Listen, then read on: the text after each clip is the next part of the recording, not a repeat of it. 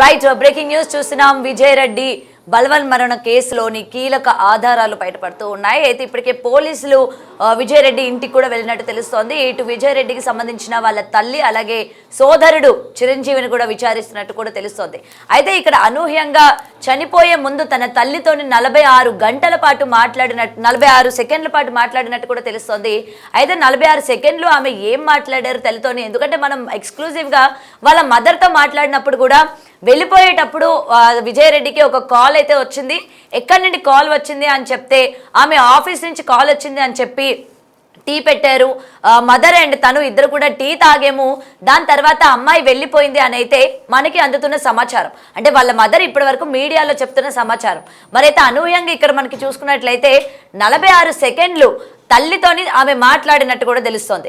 మరైతే ఎందుకు ఈ విషయాన్ని దాచిపెట్టారు అంటే వాళ్ళ తల్లి కూడా మీడియాతో మాట్లాడినప్పుడు బయటికి వెళ్ళాక ఈ 46 సెకండ్లు మాట్లాడారా, లేకపోతే ఇంట్లో నుంచి కిందకు వచ్చిన తర్వాత ఏమైనా మాట్లాడారా, అసలు ఏ సమయంలోని తల్లితో మాట్లాడారు, మాట్లాడితే ఏం మాట్లాడారు, అయితే 46 సెకండ్స్లోని ఏం మాట్లాడి ఉండొచ్చు, ఎటువంటి ఇన్ఫర్మేషన్ ఏమైనా ఇచ్చారా అన్న విషయాలు ఆమె తల్లి ఇవాళ మీడియాతో ఆమె చెప్పలేదు. మరి ఎందుకు ఈ విషయాన్ని ఆమె దాచిపెట్టారు, ఇంతకీ ఆమె ఏం మాట్లాడారు? సో దీని గురించి ఇప్పటికీ రైల్వే అధికారులు ఇటు పోలీసులందరూ కూడా ఇటు చిరంజీవిని అలాగే తన తల్లి పుష్పలతని కూడా విచారిస్తున్నట్టు కూడా తెలుస్తోంది. ఇంతకీ ఆ 46 సెకండ్లు ఏం మాట్లాడింది, ఏ టైం అప్పుడు మాట్లాడింది, ఏమైనా చెప్పారా, ఎవరి గురించైనా ఆమె చెప్పిందా, ఇటు భర్త గురించి ఏమైనా చెప్పారా, లేకపోతే పిల్లల్ని హాస్టల్ నుంచి నేను తీసుకొని వెళ్తున్నాను, పార్టీకి సంబంధించి ఏమైనా వెళ్తున్నాను అన్న ఏమైనా వివరాలు ఏమైనా చెప్పారా అన్న దానిపైన కూడా విచారణ జరుగుతోంది. సో ఏది ఏమైనా ఇప్పటికీ దాదాపు 5-6 రోజులు కావస్తోంది ఈ పర్టికులర్ కేసు కనుక మనం చూసుకున్నట్లయితే ఎక్కడా కూడా చిన్న క్లూ కూడా మనకి కనిపించిన పరిస్థితి. కేవలం నిన్న మనం చూసుకుంటే ఎక్స్క్లూజివ్గా రైల్వే స్టేషన్లోని వాళ్ళకి సంబంధించిన సీసీటీవీ ఫుటేజ్ బయటకు రావడం జరిగింది. ట్రాక్ పైన వాళ్ళు వెళ్ళడం కావచ్చు, చుట్టుపక్కల వాళ్ళు ఎవరు కూడా వాళ్ళని నోటీస్ చేయకపోవడం, అంటే మిడ్ నైట్ కావడంతో ప్యాసింజర్స్ అంటే వచ్చిన వాళ్ళందరూ కూడా ఆ చుట్టుపక్కల పడుకోవడం, కరెక్ట్ టైం అని చెప్పి ఆమె పిల్లలు తీసుకొని నడుచుకుంటూ వెళ్ళడం, అయితే ఎంతో ప్రశాంతంగా ముగ్గురు కూడా నడుచుకొని వెళ్తున్నారు. ఇక్కడ చాలా ఆశ్చర్యకరమైన విషయం ఇదే అనమాట. ఎందుకంటే కనీసం టెన్షన్ కానీ లేకపోతే ఏం జరుగుతుందా అని కానీ, ఇటు కూతురులో కూడా మనం చూసుకున్నట్లయితే క్లోజ్ అబ్జర్వేషన్ కనుక చేసుకున్నట్లయితే ఆమె కూడా తన తల్లి అడుగుజాడల్లోనే ఆమె తల్లి యొక్క చున్నీని పట్టుకొని చేతిని పట్టుకొని తల కిందకి దించుకొని చాలా ప్రశాంతంగా ఆమె వెళ్తుంది. కంటిన్యూస్గా కొడుకు మాత్రమే మాట్లాడుతూ ఉన్నారు. మరైతే కొడుకు ఏమని డిస్కస్ చేస్తూ ఉన్నాడు అన్న దానిపైన కూడా ఇవాళ చాలామందికి చాలా ప్రశ్నలు రైజ్ అవుతూ ఉన్నాయి. మరి ఏం మాట్లాడి ఉండొచ్చు, కంటిన్యూస్గా మదర్ని ఏమైనా ఒప్పించే ప్రయత్నం చేస్తున్నాడా, ఇలాంటిది వద్దు అని చెప్పి ఏమైనా చెప్పే ప్రయత్నం చేస్తున్నాడా అన్నది ఎవ్వరికీ తెలీదు. మరైతే ఈ కేసులోని దొరికిన ఒకే ఒక్క ఆధారం 46 సెకండ్లు ఏం మాట్లాడింది అని.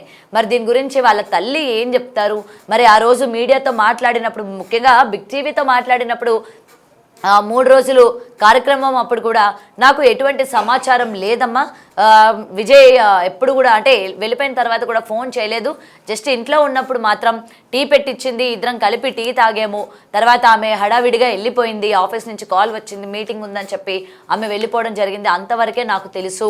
పిల్లల్ని తీసుకొని వెళ్తున్నట్టు కానీ హాస్టల్కి వెళ్తున్నట్టు కానీ ఇదేది కూడా నాకు తెలీదు. ఈ ఇష్యూ జరిగిన తర్వాత మాకు ఇన్ఫర్మేషన్ వచ్చిన తర్వాత, అంటే ఇలా ఈ ముగ్గురు కూడా సూసైడ్ చేసుకున్న తర్వాతే నాకు అందరితో పాటే తెలిసింది, పిల్లల్ని తను తీసుకొని వెళ్ళింది, పిల్లలతో పాటు తను ఆత్మహత్య చేసుకుంది అని చెప్పి అప్పుడు నాకు తెలిసింది తప్ప అప్పటి వరకు కూడా నాకు ఏ విషయం తెలియదు అని చెప్పిన ఆమె మరి ఈ ఫోన్ విషయం అన్నది ఎందుకు సీక్రెట్గా పెట్టారు అనే దానిపైన ఇవాళ చాలా అనుమానాలు వ్యక్తమవుతూ ఉన్నాయి. మరి ఇటు అన్నకి సంబంధించి ఎటువంటి విభేదాలు లేవు, చాలా హ్యాపీగా ఉంటూ ఉండేవాళ్ళు, తన అన్నకి చెల్లి అంటే చాలా ఇష్టం అని కూడా ఆమె చెప్పడం జరిగింది. ముఖ్యంగా అన్నకనే కాదు వదినకి కూడా ఆమె అంటే చాలా ఇష్టం. విజయ్ రెడ్డి టాటూ కూడా ఆమె చేతి మీద వేసుకున్నారు.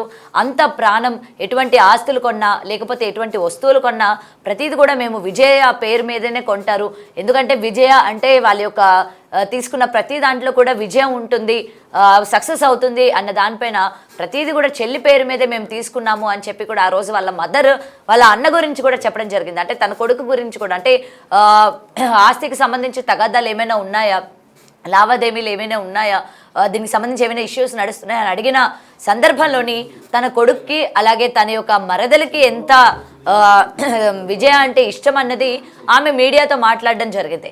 మరి ఇంత ఇష్టం ఉన్నప్పుడు మరి ఎందుకు ఈరోజు ఇలాంటి ఘటన చోటు చేసుకుంది, ఆమె ఎందుకు ఇంత డెసిషన్ తీసుకోవాల్సి వచ్చింది, కేవలం తను మాత్రమే కాదు పిల్లల్ని కూడా తనతో పాటు తీసుకొని వెళ్ళిపోవాలి అని ఇంత భయంకరమైన నిర్ణయం ఎందుకు తీసుకున్నది అన్న ప్రశ్నే ఈరోజు అందరిలో కూడా మెదులుతున్న పరిస్థితి కనిపిస్తోంది. సో ఇప్పటికీ కీలక ఆధారాలు కూడా సేకరించడానికి విజయరెడ్డి ఇంటికి కూడా వెళ్ళడం జరిగింది పోలీసులు.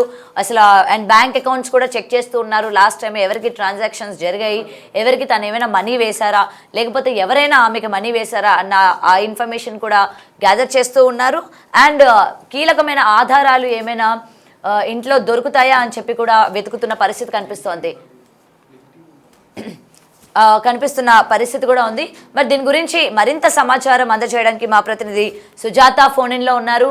రైట్ సుజాత, అయితే ప్రెసెంట్ మనకి ఇప్పటి వరకు కూడా ఇష్యూ అంటే ఈ కేసుకి సంబంధించి ఎటువంటి ఇన్ఫర్మేషన్ కూడా రాలేకపోతుంది. అంటే ఏం జరిగింది ఏంటి, అసలు పిల్లలకి ఏం చెప్పి తను తీసుకొని వెళ్ళారు, అండ్ ఇక్కడ కీలకంగా అసలు వెళ్లే ముందు అంటే వెళ్ళిన తర్వాత వాళ్ళ మదర్తోని మాట్లాడారు ఫోన్లో అని కూడా చెప్తూ ఉన్నారు. మరి దీనికి సంబంధించి ఇన్ఫర్మేషన్ ఏంటి, అసలు ఏం మాట్లాడారంటే వాళ్ళ మదర్తోని, అండ్ వాళ్ళ బ్రదర్ కూడా ఏం చెప్తున్నారు సుజాత?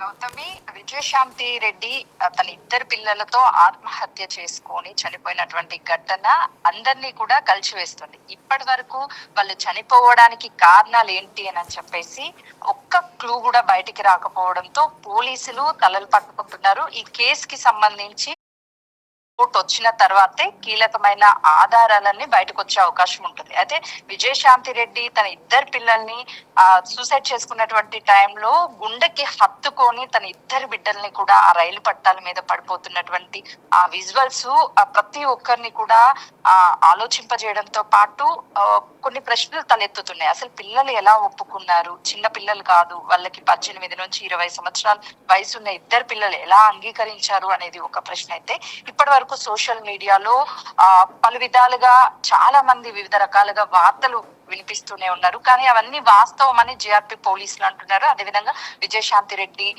అన్నయ్య కావచ్చు, అదేవిధంగా తన తల్లి చెప్తుంది. ఎందుకంటే మొదట తన అన్నతో దాదాపు సూసైడ్ అంటే ముందు గంట సేపు మాట్లాడింది అన్న విషయం కూడా అవాస్తవం అని చెప్తున్నారు. కేవలము తన తల్లితో 46 సెకండ్స్ మాత్రమే 10:30 ఆ సమయంలో మాట్లాడింది. అది కూడా తను నార్మల్ గా రెగ్యులర్ గా మాట్లాడే విధంగానే మాట్లాడింది తప్ప సూసైడ్ కి సంబంధించినటువంటి ఎలాంటి విషయాలు కానీ లేకపోతే తన బాధపడుతున్నటువంటి విషయాలు కూడా మాట్లాడలేదు అని చెప్తున్నారు. ఈ రోజు ఉదయం విజయశాంతి రెడ్డి తన తల్లితో కలిసి చిల్లిచర్ల ప్రాంతంలో నివాసం ఉంటుంది. ఆ ఇంటికి చేరుకొని అక్కడ తన బ్యాంక్ అకౌంట్ డీటెయిల్స్ అన్ని కూడా జిఆర్పి పోలీసులు సేకరించారు. ఎవరెవరికి ట్రాన్సాక్షన్ జరిగాయి, ఏమేమి ట్రాన్సాక్షన్ జరిగాయి, ఇప్పటికే తన మొబైల్ ఫోన్ అదేవిధంగా ల్యాప్టాప్ ఈ రోజు ఫోరెన్సిక్ సైబర్ క్రైమ్ నుంచి ఫోరెన్సిక్ కి పంపిస్తారు. ఆ ఫోరెన్సిక్ రిపోర్ట్ రావడానికి దాదాపు 3 నుంచి 4 రోజులు సమయం పట్టే అవకాశం ఉంటుంది. ఆ ఫోరెన్సిక్ రిపోర్ట్ వచ్చిన తర్వాత తన కాల్ డేటాని బయటికి తీసిన తర్వాత ఎవరితో మాట్లాడింది, ఏం మాట్లాడింది, ఎవరితో అయినా మెసేజ్ చేసిందా అనే విషయాల ద్వారా కూడా బయటపడే అవకాశం ఉంటుంది. లేదు అని అంటే ఈ రోజు తన బ్యాంక్ అకౌంట్ డీటెయిల్స్ తీసుకువెళ్లారు కాబట్టి ట్రాన్సాక్షన్స్ ఏమన్నా జరిగాయా లేకపోతే ఏంటి అన్న విషయాలు వచ్చే అవకాశం ఉంటుంది. విజయశాంతి రెడ్డి తన ఇద్దరు పిల్లలతో ఆల్రెడీ చనిపోయింది కాబట్టి సూసైడ్ చేసుకోవడానికి కారణాలు ఏంటి అని చెప్పవలసింది తెలియవలసింది కేవలము తన తల్లి అన్నయ్యతోనే. కానీ వాళ్ళిద్దరితో ఏ విషయాలు కూడా షేర్ చేయలేదని కుటుంబ సభ్యులు అంటున్నారు. కానీ ఫోరెన్సిక్ రిపోర్ట్ వచ్చిన తర్వాత అసలు ఏం జరిగిందనే విషయానికి ఒక క్లారిటీ వచ్చే అవకాశం ఉంటుంది. ఆలోపు పోలీసులు కూడా ఈ కేసును ఎవరు డైవర్ట్ చేసినా వాళ్ళ మీద యాక్షన్ తీసుకుంటాం. ఎందుకంటే మొదట పెంపుడు కుక్క చనిపోయింది అని చెప్తున్నారు. కానీ అక్కడ చనిపోయింది పెంపుడు కుక్క కాదు. ఒక వారం రోజుల క్రితము విజయశాంతి రెడ్డి కార్ తీస్తున్నటువంటి సమయంలో వీధి కుక్క కార్ కింద పడి చనిపోయినట్లు అక్కడ ఉన్నటువంటి స్థానికులు చెప్తున్నారు. ఇది పెంపుడు కుక్క చనిపోయింది అందుకే మనస్తాపానికి గురి అయిందని చెప్పడం పూర్తిగా కేసుని డైవర్ట్ చేయడం అని చెప్పుకోవచ్చు. ఎందుకంటే ఇద్దరు పిల్లల్ని కన్న పిల్లల్ని ఏ తల్లి కూడా పిల్లల కంటే ఎక్కువ ఎవరి మీద ప్రేమ ఉండదు. కేవలం పిల్లల మీద అంటే కట్టుకున్న భర్త కంటే కూడా పిల్లల్ని తల్లి ఎక్కువగా ప్రేమిస్తుంది. కాబట్టి ఆ కుక్క చనిపోయిందని మనస్తాపానికి గురి అయ్యి విజయశాంతి రెడ్డి సూసైడ్ చేసుకున్నది అనేది పూర్తిగా కొంతవరకు అవాస్తవం అనే చెప్పుకోవచ్చు. రెండో విషయానికి వస్తే విజయశాంతి రెడ్డి కొంత ఆ ఆ చివరిగా వాళ్ళ అన్నతో గంట సేపు మాట్లాడింది, అప్పుడు ఈ విషయాలన్నీ షేర్ చేసి ఉండొచ్చు అని చెప్పినటువంటి వార్తలు కూడా అవాస్తవం అని జేఆర్పీ పోలీసులు చెప్తున్నారు. కేవలము తన తల్లితోనే 40 సెకండ్స్ మాట్లాడింది. 40 సెకండ్స్ లో తల్లికి తను సూసైడ్ చేసుకుంటున్నాను అని 40 సెకండ్స్ లో చెప్పే అవకాశం ఉండదు కాబట్టి, ఎందుకంటే ఒకవేళ చెప్పినా కాల్ చేసింది 10:30కి కాబట్టి తను సూసైడ్ చేసుకుంది 12కి, అంటే ఎగ్జాక్ట్ గా దాదాపు 2.5 గంటల సమయం ఉంది కాబట్టి ఆ విషయం తెలుసుంటే తల్లి తన కొడుకుతో చెప్పడము, ఆ తర్వాత ఆపే ప్రయత్నం చేశాడు. కానీ ఇలాంటి విషయాలు ఏవి కూడా షేర్ చేయలేదని చాలా క్లారిటీగా ఇక్కడ మనకు అర్థమవుతుంది. కానీ పోలీసులు ఈ ఫోరెన్సిక్ వస్తే అసలు ఏం జరిగిందనే తెలుస్తుంది. ఎందుకంటే చెప్పాల్సింది తల్లి లేకపోతే అన్న, వాళ్ళిద్దరికి ఎలాంటి విషయాలు విజయశాంతి రెడ్డి షేర్ చేయలేదు కాబట్టి ఇప్పుడు ఖచ్చితంగా కూడా తెలియాల్సింది ఫోరెన్సిక్ రిపోర్ట్ వస్తే ఈ విషయాలన్నీ కూడా బయటకు వచ్చే అవకాశం ఉంటుంది. Right Sujatha, thank you. Right, present మనం మీడియాలో వింటున్న వార్తలు ఏవైతే ఉన్నాయో అవన్నీ కూడా అవాస్తవాలని, ముఖ్యంగా తన బ్రదర్తో మాట్లాడింది అని చెప్పి, లేకపోతే నిన్నటి వరకు కూడా కుక్క వల్ల ఆమె చనిపోయింది అని చెప్పి ఏవైతే ఇటువంటి వార్తలన్నీ కూడా సర్క్యులేట్ అవుతున్నాయో ఇవన్నీ కూడా అవాస్తవాలు, కేవలం కేసుని డైవర్ట్ చేసే ప్రయత్నం చేస్తూ ఉన్నారు అని చెప్పి కూడా ఇవాళ పోలీసులు కొట్టిపారేస్తున్న పరిస్థితి కనిపిస్తుంది. మరైతే ఇప్పటికీ దర్యాప్తుని ముమ్మరం చేశారు. మరి ఇంతకీ ఏం మాట్లాడారు, ఏంటి, చనిపోవడానికి గల రీజన్స్ ఏంటి అని చెప్పి ఫారెన్సిక్ రిపోర్ట్స్ వస్తే కానీ ఒక నిర్ధారణకి రాలేమో అని చెప్పి కూడా పోలీసులు వివరణ ఇస్తున్నట్టు కూడా తెలుస్తుంది.